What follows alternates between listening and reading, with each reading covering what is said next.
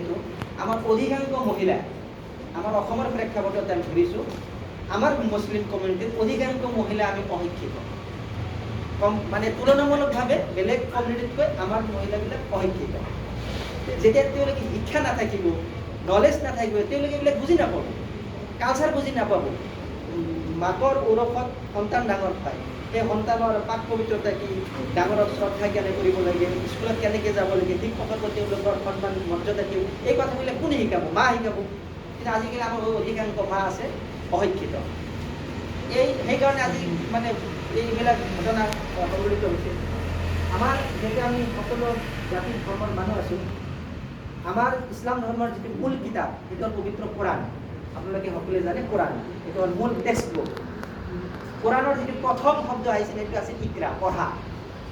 তাৰ মানে পঢ়াৰ জৰিয়তে পঢ়া মানে নলেজ আহৰণ কৰা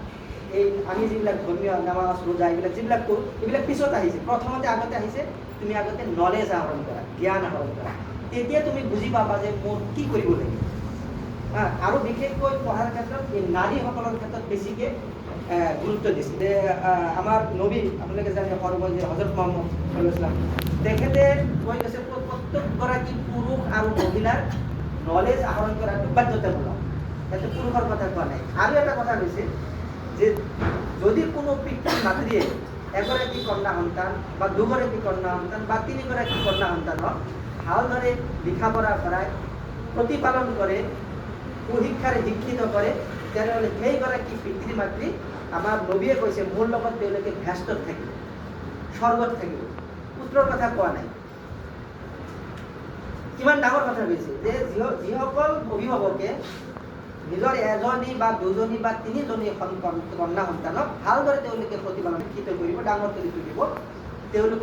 তেওঁলোকে মোৰ লগত ভেষ্টত থাকিব এই কথাখিনি কিয় কৈছিল সেই সময়ত যি সময়ত মক্কাত এই কন্যা সন্তান জন্ম হ'লে তেওঁলোকে পুতি থৈছিল জীৱন্ত অৱস্থাত পুতি থৈছিল এই কোৰাণত এই কথাবিলাক আহিছিল যে সেই সময়ত কি হৈছিল মক্কাত মানুহবিলাকে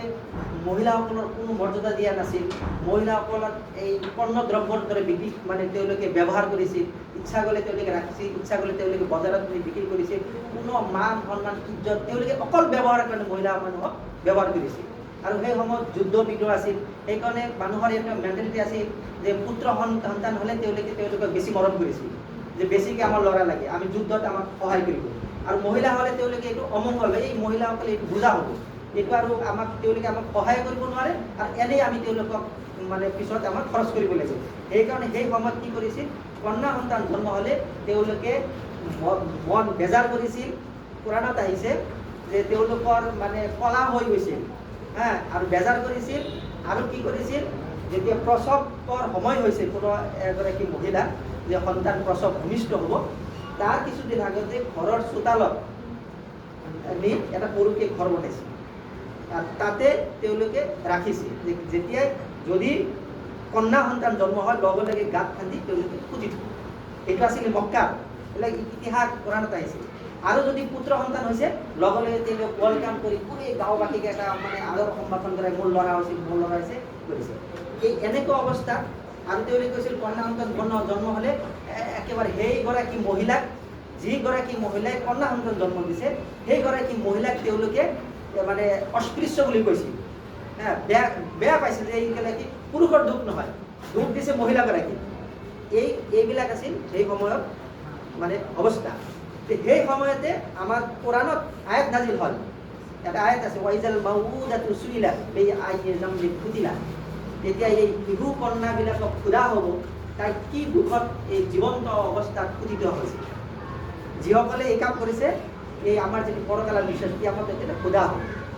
সেই সময়ত এই কন্যা সন্তানবিলাকক বিশেষ মহিলা ছোৱালীসকলক তেওঁলোকে কিমান মৰ্যাদা দিছিল গতিকে সেই ছোৱালীসকলক আজি আমাৰ সমাজত এতিয়াও এই ভ্ৰূণ টেষ্ট কৰে হয় না যে কন্যা সন্তান হ'লে সেইটো তেওঁলোকে নষ্ট কৰি দিব আপোনালোকে চব মেডিকেলত চাব যিবিলাক ডায়েগনষ্টিক চেণ্টাৰ তাতে লিখা আছে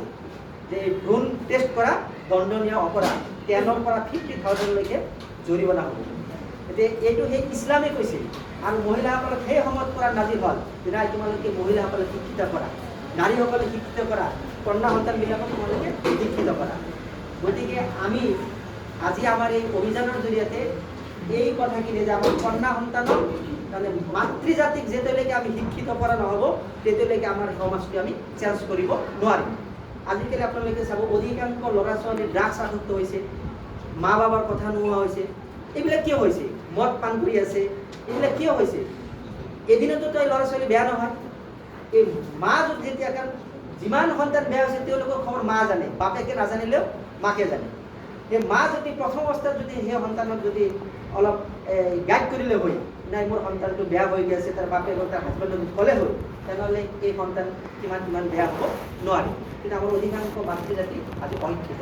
গতিকে আমাৰ এই সমাজখন যদি আমি চেঞ্জ কৰিব লগা হয়, এই সমাজৰ যিবিলাক অপৰাধ হৈ আছে, এজন ছোৱালী ঘৰৰ পৰা কি কাপোৰ পিন্ধি যাব, আজি আপোনালোকে কথাত আহিছে নহয় যে মই যি ধৰণৰ কাপোৰ পিন্ধি মই য'তে